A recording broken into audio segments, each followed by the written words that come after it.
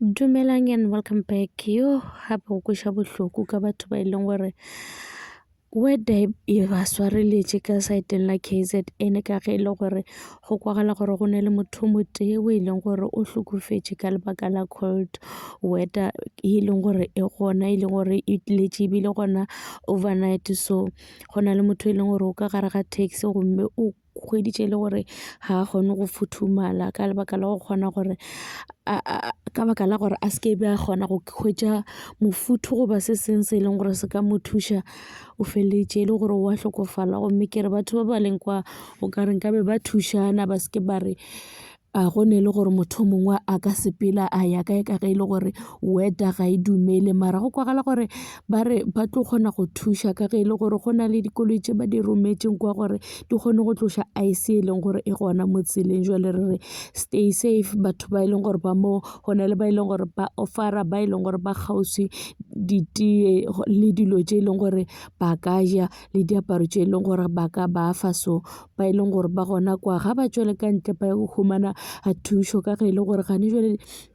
go kweša bohloko ka ge e le gore ba weta ba boletše gore go ka se timelele e sa le ka pela a go snow ga se sa tšhologa mara ice yela e ka se kgone gore e ka tloga ka pela mo go dikoloi tša bona goba mo fase. So re re hle ba machinery ge ba thuše go remove sona snow seo se leng gore se gona batho ba phela ka ge e le gore go hloka tša maphelo go hloka bophelo a go nyaka go motho o phela ga tee ene le gona gape se sengwe batho ba swantšhe gore ba ithute sona ke gore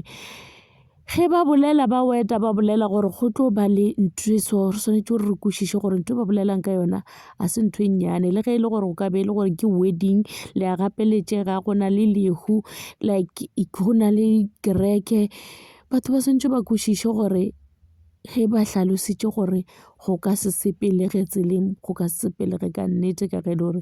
gane jwale batho ba bantši ba felela ke maphelo ke tšona tšeo. And thank you so much for watching. Please don't forget